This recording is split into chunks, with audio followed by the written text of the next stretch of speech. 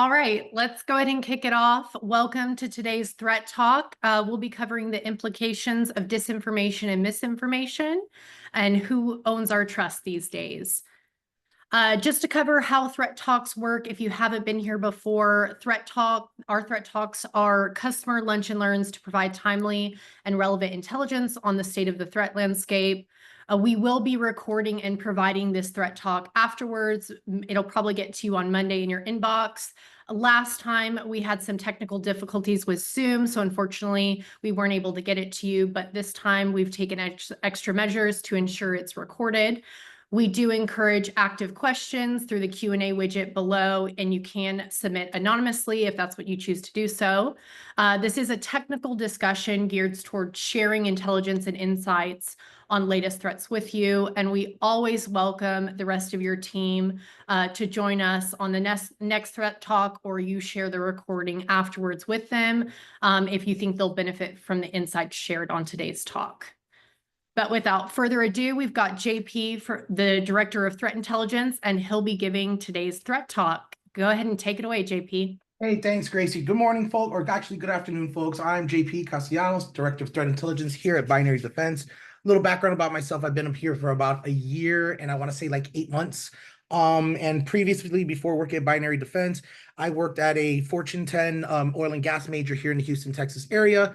Prior to that, I was at the Department of Defense at U.S. Central Command and U.S. Southern Command for a total of 15 years. While I was at U.S. Central Command, I was part of the active cyber defense team, which consisted of a team of threat hunters, insider threat analysts, and cyber threat intelligence. Primarily is focused on Middle Eastern, North African threat actors, as well as Russian threat actors, which I've taken that experience throughout today, especially with the situations regarding Ukraine, Russia, and Israel and Gaza. On a personal note, I'm a father of 3. I'm a geek, a gamer, a weeb, a nerd. I enjoy board games, video games, Formula One, fantasy football, TV, sports, movies, and I'm a big Warhammer fan. So in case anybody in the audience is a Warhammer fan, you know, the Emperor protects, as I'm playing Space Marine 2. And with that, we can go forward, Gracie. So let's talk about the problem first of all, right? So the problem that we have going on is the proliferation of information, disinformation has really grown since the digital age. And of course, you have disinformation, misinformation, PSYOPS or psychological operations, and information operations. And these interconnected phenomena have basically big implications for societies worldwide. You have adversaries such as Russia, China, Iran, that they're using this information warfare against their adversaries like the United States and other allies. But even within our own country, you have misinformation, disinformation that's impacted regular citizens and marginalized groups. And we're going to talk about those manifestations and the impacts of these concepts.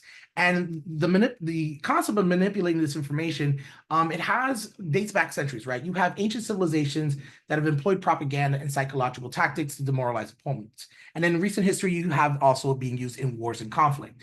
In this Threat Talk, I'm going to talk about those and a little bit more on the challenges of misinformation, their societal impacts, as well as challenges that include AI-generated deepfakes, which enable the creation of highly realistic but fabricated audio and video, as well as talk a little bit about echo chambers and online platforms that reinforce these existing biases and isolate individuals from diverse perspectives. And of course, you still have foreign influence and state-sponsored actors that also do this as well to interfere in our domestic affairs of our country and of other countries, as well as bots and accounts and human trolls that are doing that. So let's go on and continue forward. So let's define what misinformation and disinformation is. Misinformation refers to false or inaccurate information. It's usually unintentional.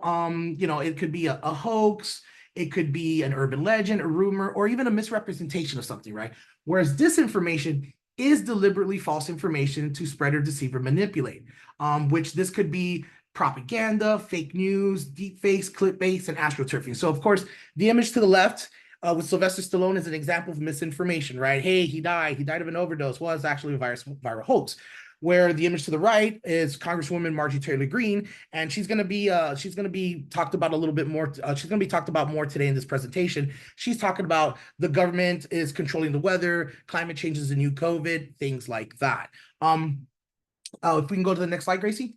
But there's one more thing that we don't know, or I wanted to talk about, and this was presented to me by an individual named Ryan Macbeth that I follow online. Some of the information in this Threat Talk will be some content that he has also has shown, and I think it's great information.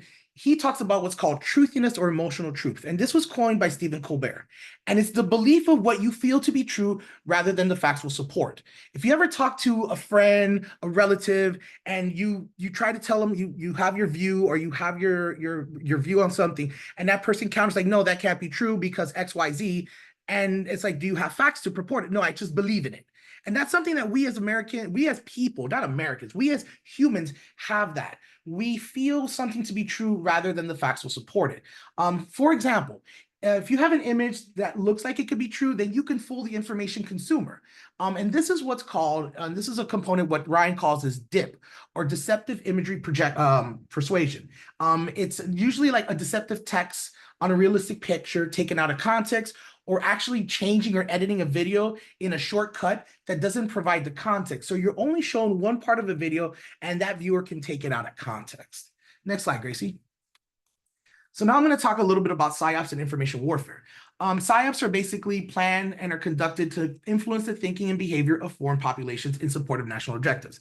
This is something that we see that the Russians do, the Iranians, the Chinese. They're trying to shape public opinion and undermine enemy morale.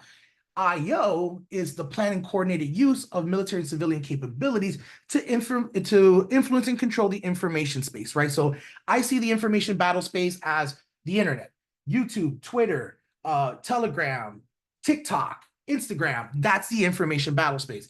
And IO is done to control that information and achieve a desired effect.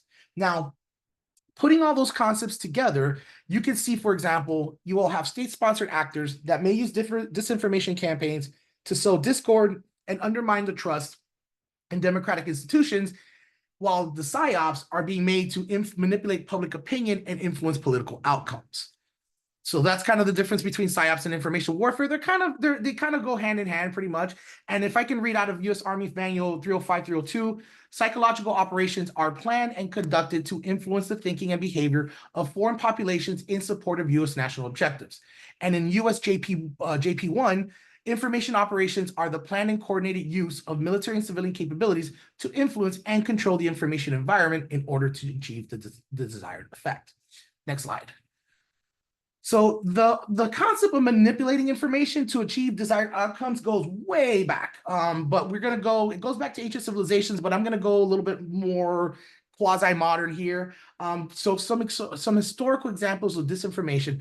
During the Spanish-American War, there was a thing called yellow journalism. And what yellow journalism was it was sensationalized and exaggerated styles of reporting characterized by sensational headlines, exaggerated claims, and fabricated stories, which helped create a climate of public opinion that favored war with Spain. Because of course you had the sinking of I believe it was the Maine. The Maine sank off the coast of Cuba. It exploded. It sank. And during that time, there's no forensic evidence. There's no black box to identify like what really happened. The ship blew up and sank, and they just blamed it on Spain. We still don't know. I believe no one knows to this day how it actually happened. But that was that incident, plus the yellow journalism, forced the public opinion to join to fight the war in Spain. Now, when it comes to historical examples of psychological operations, if you look at the image to the next image where you see kind of the scary ghosts and some soldiers, that was actually a PSYOP called Operation Wandering Soul. And it was basically used in the Vietnam War to target the Viet Cong. What was identified was in Vietnamese culture, if you're not properly buried and have the proper rites, in their culture, you can end up as a wandering spirit or ghost, right? So what the US did was they would have speakers in place near areas where Viet Cong activity was happening and produce ghost sounds. And this would scare the Viet Cong, and many would desert or defect. So it did play a role in that. So that's an example of psychological operations. Third image, you have information operations that were being conducted during the Gulf War I, Gulf War II, which was basically controlling the information battle space against Saddam Hussein and his forces. And then an example of misinformation is the War of the Worlds radio broadcast. So in 1938, H.G. Wells' novel caused widespread panic when the radio host was reading the novel and people actually thought that there were aliens attacking the Earth. So those are just some examples, some historical lessons of the four concepts right there. So next slide. So now let's talk about the exponential rise of misinfo and disinfo, right? And the 21st century, we've seen an increased spread of information, misinformation, disinformation, and this is largely fueled by the growth of the widespread adaptation of just digital technologies. And here's some of the features you have are like social media, right? You have algorithmic amplification, right? Social media platforms, they use algorithms to personalize content, which often leads to the amplification of sensationalized or divisive contents, which it can include misinformation and disinformation. And then you have echo chambers, right? Platforms such as TikTok, Reddit, Twitter, Facebook, Instagram, Telegram. These reinforce, users are exposed to information that reinforces their existing beliefs, and these echo chambers are where misinformation and disinformation can thrive. And then you have the viral spread of social media platforms, right? Social media allows false information to just spread rapidly. All it takes is one retweet, and someone that that's very popular, like an influencer or a candidate, somebody that has a lot of influence, can retweet that disinformation, misinformation, and it can spread even further. Now, this all comes, I know I mentioned social media first, but we can all thank the internet for all of this, right? Because the internet has made the information more accessible than ever, right? It makes it easy for anyone to publish content regardless of the accuracy and credibility. And then you have the anonymity. And the anonymity allows individuals and groups to spread misinformation and disinformation without fear of repercussions. Trolls, bots, you name it. The anonymity of the internet allows this to happen. And of course, if you wanted to be even super not getting caught, you can use a VPN, you can hide my IP, things like that.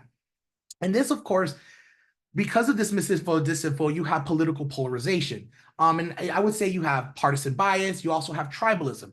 And the rise of tribalism and this sense of belonging to a particular group, this could lead, of course, to decreased willingness to consider alternative perspectives or challenge your existing beliefs.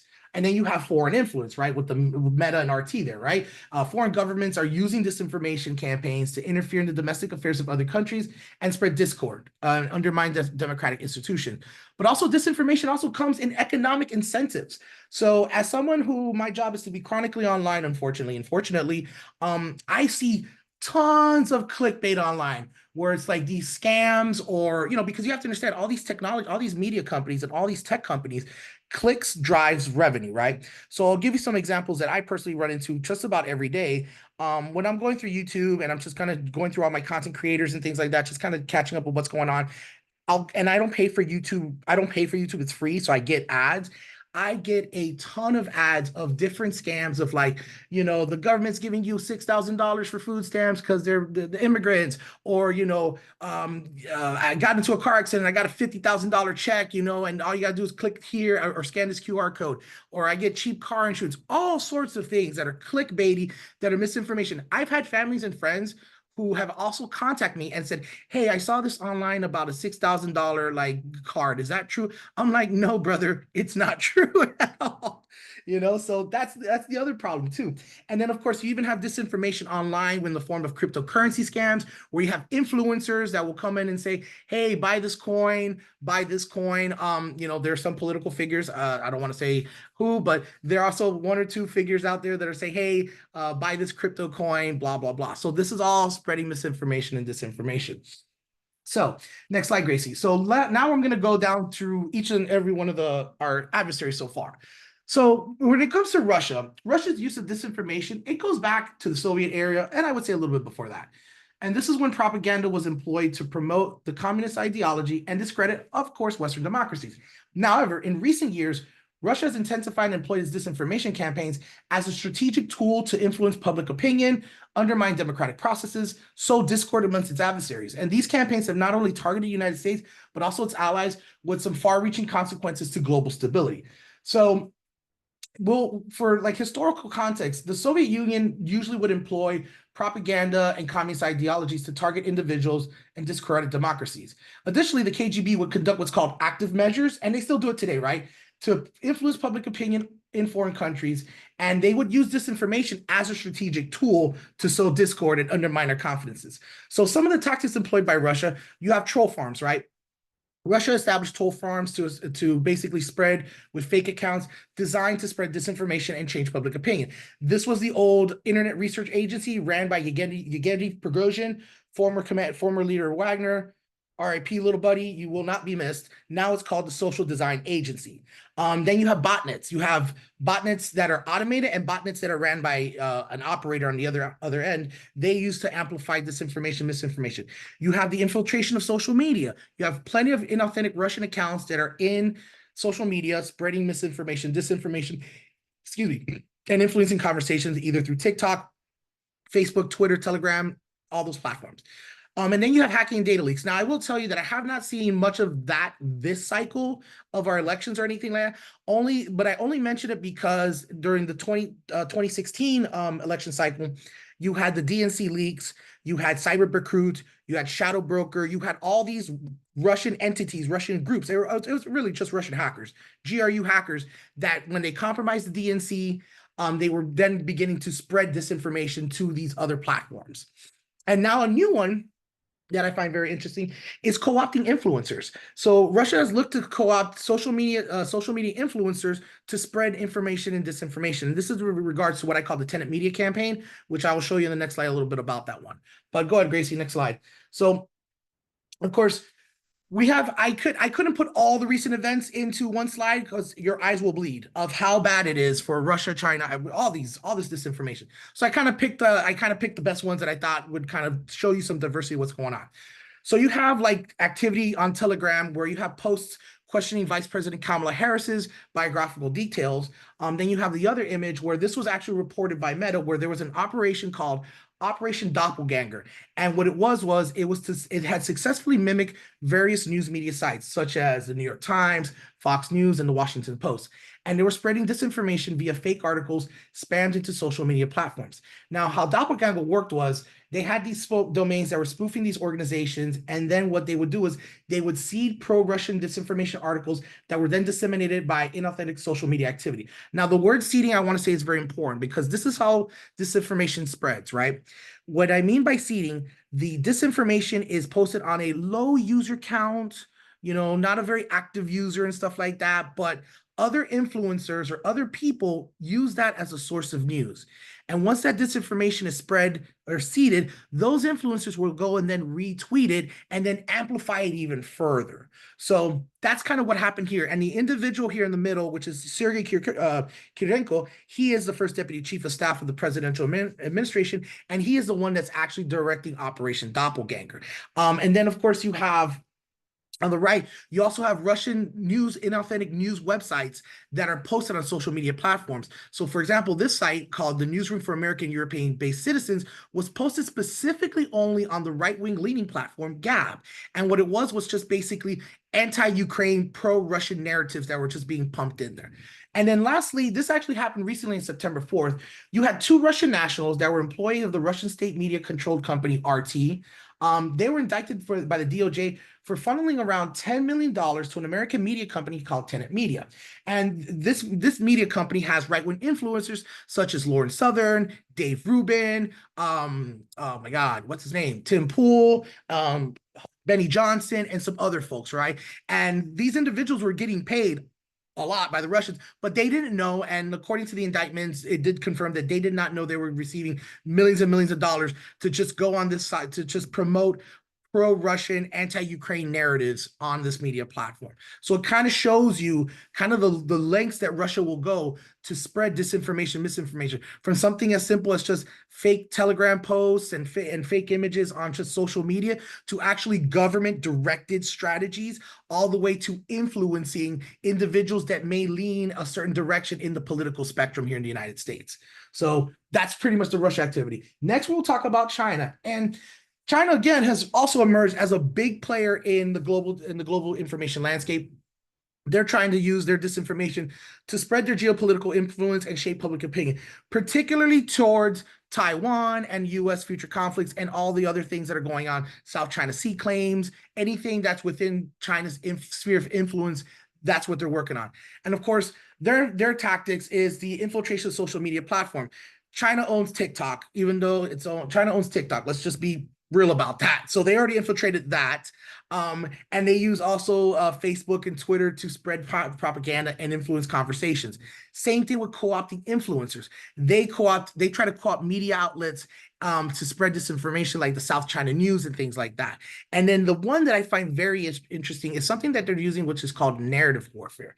And what they're trying to do is they're trying to shape the narrative in favor for Chinese interests and undermine the credibility of its adversaries. So if you can think of like the Hong Kong protests, where you had the protests in Hong Kong, but then also in Australia and in other countries within China's sphere in the Pacific, you had Chinese students that were protesting for China, against Hong Kong and stuff like that, because they're forming the narrative. They were pushing that information. So we go to the next slide. We can talk more about some events. Again, just like the Russia stuff, there's so much on China that I could not like grab it all. But I will tell you, there is one particular threat actor or one particular, you could say, campaign that we're looking at, and this is through one of our intelligence sources that we call Blood Angel. This group is called Dragon Bridge, and Dragon Bridge has been active since about, I would say, 2022, so midterm election time. But they've amplified things since for this general election. And they've been creating fake authentic accounts across, TikTok and Twitter and Facebook, and they're just promoting these narratives. They're basically promoting content that's critical of Vice President Kamala Harris and the Biden administration, but then they're also doing things that are critical of U.S. politicians more broadly, as well as kind of like our own discourse that we have here in this country. So on the far right image, you have posts that are critical of U.S. political parties, where you have, issues with racism and then issues with gun control and gun safety. You have personas on TikTok with plenty of followers that are also spreading misinformation and disinformation. Now, most of the things that we've seen, particularly with Dragon Bridge activity seems to be more anti-Kamala Harris. And a lot of the accounts are like pro-MAGA, pro-Trump, and they're just spreading disinformation and misinformation. But we have seen a few that they kind of lean left, where they're doing protests about Palestine and everything like that, and spreading disinformation that way as well. Next slide, please. So now we're going to talk about Iranian activity. And Iranian activity I find very interesting. As someone that's an Iran SME, not surprised, right? Iran doesn't do a lot of the they do social media, but they don't do it a lot. I've seen maybe a few accounts, and they have very little traction, very little anything. They don't seem to blow up and spread the misinformation. But what they do for disinformation is they will hack a target. For example, in 2022, this took place where Iranian threat actors, they had obtained confidential U.S. voter information from at least one state election website, right? Then they posed as an organization known as the Proud Boys, and then they started sending threatening email messages, particularly to Democratic voters, to intimidate and interfere with the voters. And then they also created a video that contained disinformation and purported election infrastructure vulnerabilities. One thing Iran does like to do a lot, they like to create inauthentic news sites focus on both political parties to spread misinformation and disinformation. So we go to the next slide, please. So in June, we found that there were several US-focused news sites that were identified, and these sites, such as the Savannah Time and the Westland Sun, were mostly focused on conservative topics. Then you had NIO Thinker or No Thinker or Afro Majority. These were more focused on progressive issues. Now, these sites were promoting narratives targeting both sides of the political spectrum. They were usually amplifying narratives intended to undermine public confidence in government institutions or the handling of domestic and foreign policy decisions. And these themes frequently touched on our domestic political crisis, right? Immigration, economic stability, security, racial inequality. And these were also framed in the crisis within the context of the 2024 election. But one thing that I found very interesting, and this is kind of like a little teaser to lead on to the next section, is the use of AI, right? So in one of the sites, they were basically using AI to create these fake news. The way it was caught, and I don't know if you can see on the slide, but at the very, very end of those little boxes, you see like two little brackets. That's an AI prompt. They were literally using AI or ChatGPT to basically spread this misinformation, disinformation, and to add context to these sites. So very interesting, that of course these are the implications of AI when it comes to political misinfo and disinfo. Next slide, please. Now, when it comes to DPRK activity, well, I will say surprise. There's really no misinformation or misinformation I found from DPRK. They do focus on South Korea, but this isn't a presentation about South Korean misinfo, disinfo. It's more about us in the United States. So they primarily focus on their propaganda, great song and dance, awesome pictures, things like that. But yeah, no real DPRK activity that we've identified at this time. And next slide. Now let's talk about the elephant in the room. Yay, politics. So yeah, so we've had an onslaught of misinformation, disinformation across the US political spectrum. These narratives, unfortunately, are amplified by algorithms of platforms like Facebook, Twitter, YouTube, Instagram, TikTok. And narratives have been varied. And these underlying patterns of false and misleading information, they have remained consistent. They align with ideological leanings of each respective political camp. And it's happening in both the left and the right narratives, right? And these are also focusing on key events such as hurricane relief efforts, the Israel war, Israel-Gaza war, election denial, immigration, the economy, and of course, U.S. foreign aid. And I will say this, whichever side you're voting for this year, go and vote. That's all I got to say. Let's keep going. So first, I'm going to talk about left-wing disinformation, because there is disinformation that comes from the left as well, right? And those are usually, their narratives are really focused on racial inequality, such as police brutality, systemic racism, the economy, and just recently, the Israel and Gaza conflict. So with the Black Lives Matter movement, it did bring increased attention to police issues and brutality. However, folks on the left will have these narratives that are exaggerated or distorted, saying that all police officers are racist and brutal, or like exaggerated statistics of murders and crime and things like that, or attacks against certain racial groups or certain ethnic groups. And then, of course, in the Gaza war that's going on right now, you have left-leaning individual groups that share narratives that say Israel's the aggressor, Israel's committing a genocide, Israel is, horrible, all Jews are bad, and it's leading to a lot of anti-Semitism. And these narratives are amplified by pro-Palestinian activists and organizations when they see images on TikTok, Twitter, Facebook, etc. And of course, left-leaning groups will often blame corporations about the wealth and economic inequality, hardship, and these are accompanied by calls of increased government spending, social programs. I didn't put in climate change in here. That's another big left-wing thing that I see, where you see a lot of folks on the net left amplifying like certain things with the changing of the climate and everything like that. And some of the data is misleading. I didn't amplify it, but I just thought of it right now, and I just wanted to highlight as well as that's some also left-wing disinformation that comes out. Now, when it comes to the right, it's a lot more, unfortunately. These narratives tend to lean towards subjects such as COVID-19, misinformation, electric fraud claims, foreign aid to allies, hurricane relief efforts, and immigration. You have the COVID-19 pandemic, which that was a breeding ground for disinformation. I mean, you had people talking about, unproven remedies, downplaying the severity of the virus, the efficiency of public health measures such as mask wearing and social distancing. Then you have the 2020 election, which that's just a hotbed of misinformation right now. You got right-wing individuals and groups perpetuating the false claim that the election was stolen from former President Trump. And these are involving with conspiracy theories such as voter fraud and rig voting. When it comes to the issues of foreign aid to countries like Ukraine, Taiwan, and Israel, many on the right say that this money should be spent more on U.S. domestic issues. And at least in the context of Ukraine, and I've told it, and I have to tell this to so many people all the time, the money that goes to Ukraine, we are sending, and I have to tell them, we are sending old weapons to Ukraine to do the job that they were supposed to do, fight Russians.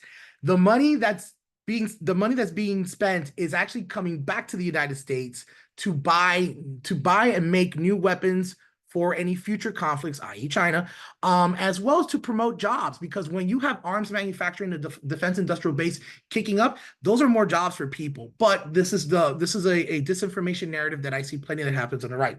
And then following the Hurricane Helene and Hurricane Milton, you had right-wing narratives suggesting that FEMA was mismanaging relief funds and that the aid was being diverted to immigrants, which these claims have been debunked by FEMA. It was so bad that FEMA actually on their website, I think it's like the top page on their website, is a link to all the disinformation, all the information that FEMA has provided.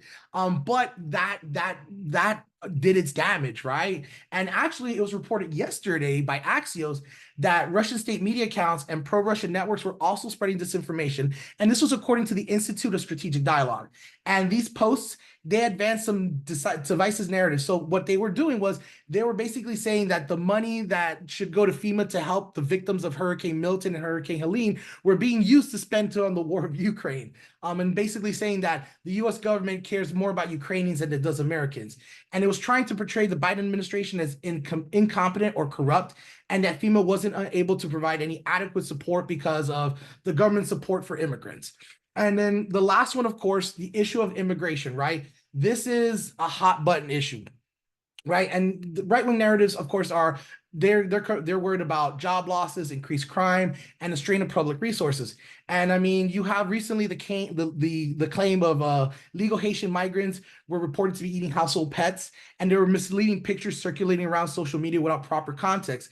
This led to Republican nominee Donald Trump during the last debate against Kamala Harris to actually say that they're eating the dogs and they're eating the cats, which none of it was true. But these narratives were amplified by anti-immigration groups and individuals. So that's kind of like the long story on that. Now, let's get into political deepfakes, because there's also that as well. So we've started to see a lot more political deepfakes recent. We've seen them since about, I would say, political deepfakes have been going around mainly in Europe, like since 2022, but we're starting to see them a lot more here. So with political deepfakes, you're basically using the AI technologies either with voice or image to basically drive a narrative. So we've seen, for example, Senator Ben Cardin in September, he was targeted by a deepfake using AI-generated voice that was posing as former Ukrainian Affairs Minister Dmitry Kuleba. And then, of course, you have as well in 2024, you had Russian threat actors that were creating a deepfake video of First Lady Olena Zelensky purchasing a Bugatti for 4.5 billion euros. That was completely false. And then until in July, you also had a deepfake that was circulating online that had a doctored audio clip of Harris appearing to speak incoherently. It spread so fast through TikTok that they were forced to remove the deepfake, which shows how viral things can be depending on how the disinformation and misinformation is spread. And the objective of these, of course, are financial gain is one thing. They're trying to impersonate these figures and do fraudulent schemes. They can mislead the public by creating these false sentiments. That's kind of the objective. Character assassination as well is another objective. Electioneering. And then lastly, it's spreading non-consensual deepfakes in pornography to intimidate and cause reputational harm. I haven't seen that yet on the political side. I've seen that on the normal people side. For example, Taylor Swift, where there were, and you could say it's political because Taylor Swift got a little political with where she decided to vote for Harris. You started seeing like AI images of Taylor Swift in pornographic situations. So yes, that's how you can use those deep fakes. Next slide, please. And now that I talked about deep fakes and everything like that, we're going to talk about the rise of the machines and AI, right? So I broke it down into two sections. One's going to be talking about images, and the other one we're going to talk about how to make videos, right? So you have AI generated imagery, and basically you have two types. You either have GANs or generative adversarial networks or generative text to image models. GANs are freaking cool, let me tell you. Basically, the image of Alex right there on the top and the image of that gentleman below in the left-hand corner, they don't exist at all. Nothing. But GANs can do this. And there's a free website called thispersondoesnotexist.com that you can use these tools to create fake profile images. Now, think of the power of that capability, right? Going back to the anonymity of the internet and everything like that. You could create a fake image of yourself, a fake account, and just go ham spreading disinformation and misinformation. It's wild. And then you have your text to image models, which are usually the ones that you see online with like Stable Diffusion, Midjourney, and these have gotten a lot better by the years. And even the AI to video as well, or I think it's like text to image with video. Those are really, really cool, but really scary as well. And if I go to the next slide, we can talk about more about that. So, of course, you see here, perfect example of text to AI images. The image to the left of the little girl holding the puppy, that got spread very, very, very virally from that image. One person, this account, Amy Kremer, she spread that out and everybody went crazy. And of course, she got community noted, but it doesn't matter. It got spread out there. You have the image of Julian Assange here by the Russians that kind of show, oh, look, Julian Assange, he's been beaten up. Look at his face, this and that. AI generated. And then of course you have kind of making fun of the image to the left. You have, of course, the image here, even though it's Disney World, that's Daffy Duck, not Donald Duck, but I don't know why. Warner Brothers, Disney don't match. You have these images here, of course, again, forming this narrative of like, hurricane relief efforts and look how bad it is. And these are all AI generated images. And of course, you and me, and I would say people that are more internet connected, more online, we can spot these things. But when it comes to me, ma, and grandpa, and your boomer uncle, or maybe your Gen X uncle, your late Gen X guy, may not see that, may think that that's real. I've been on Facebook and I'll see like an image that it's totally fake and AI, and the comments are like, beautiful, wonderful, this world, oh my God. I'm like, who are these people? Are these bots just amplifying it? No, these are actual people that think this image is real. So, and the scary thing about it is they're still getting better. They're getting better and better by the day, but there's still ways to catch them. But just this is the kind of the scary thing that we're looking at. If you go next slide, please. And then we have, of course, you have AI manipulated video. So publicly available AI generated video technology, this has primarily video templates, right? And these are designed to support presentations with AI generated avatars that can recite voice text to speech. There's also some AI manipulated video tools such as face swap tools, which can superimpose the faces of individuals into those existing videos. Now, I will say since 2022, we have seen information operations leveraging these AI-generated, AI-manipulated videos to promote certain desired narratives. And then we also do anticipate that this usage will continue as other forms of AI-generated video technologies improve, such as those that involve impersonation of individuals. And we see these increasingly leveraged. So the image to the left of the lady, this is a Dragon Bridge persona known as Lucy Morgan. She also has an account. She has a YouTube account and a Twitter account. And she promotes anti-US pro-Palestine narratives and anti-US narratives as well.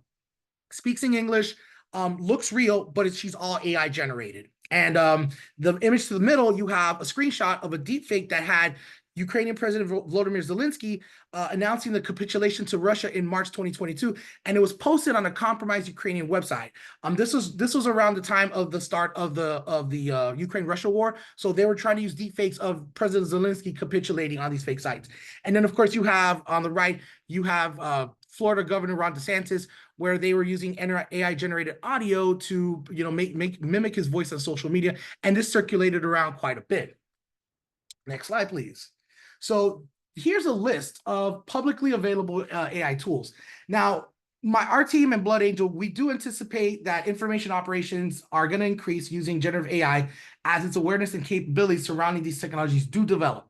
Now, beyond the concerted influence campaigns, we do see a flood of AI fabrications that could also contribute to polluting the information environment and creating an atmosphere for doubt and distrust more broadly, leading to additional knockoff effects. So, for example, right, you're going to have individuals involved in a controversial or inflammatory situations that may use the proliferation of, say, AI-generated content as an excuse to claim the media is documenting such as incidents as being fabricated.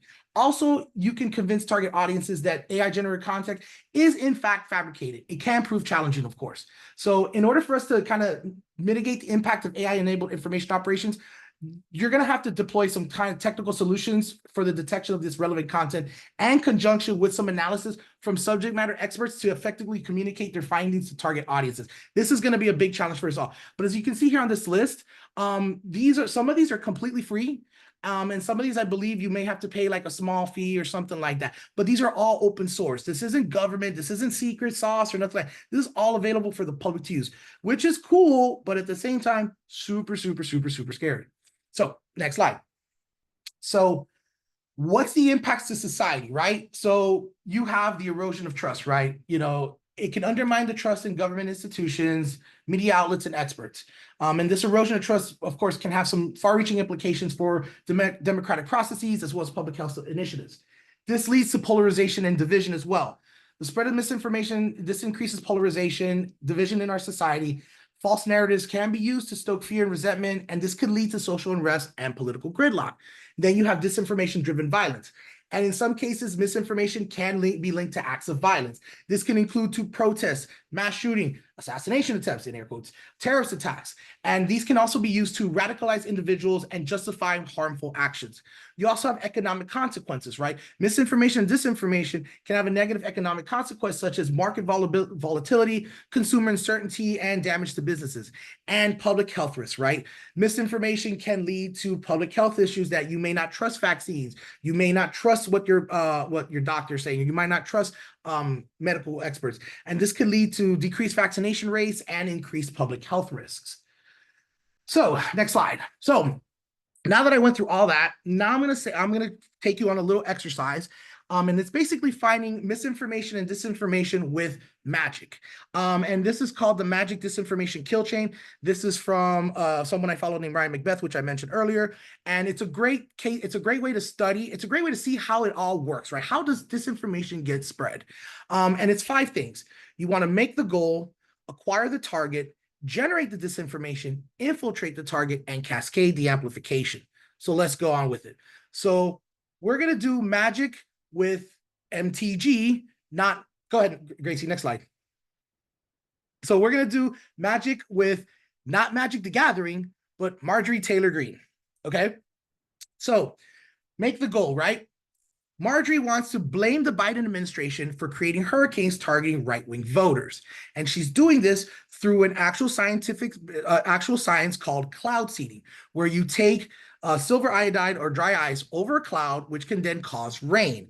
Her idea is the US government created Hurricane Helene and Hurricane Milton to target right-leaning voters, okay? That's where she's going. Next slide. So she's going to acquire the target. So who are her target audiences? American voters that lean right, independents, people who might be misinformed on how storms are formed, or even people that do believe in cloud seeding that may not lean right, left, or just they are independents. That's her target. Next slide. So now she's going to generate the disinformation. So she's going to say, all right, how do I generate this disinformation? I'm going to talk about the weather's being controlled by the government.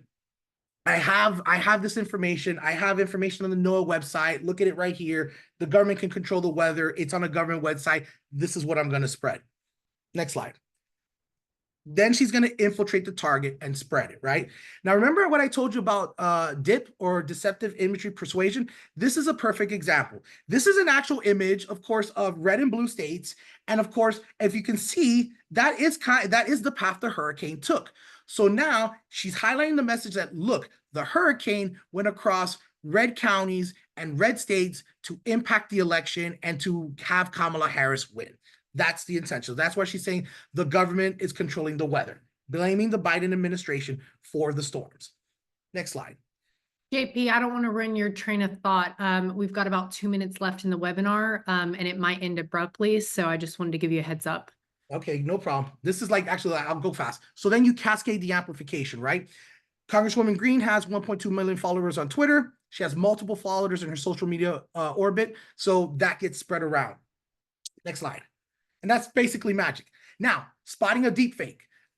Assess the 3 things. The plausibility, how are the narratives advanced by the deep fake? So basically, is the narrative in line with your previous positions made public by the impersonated individual, or how does the victim's values align with yours?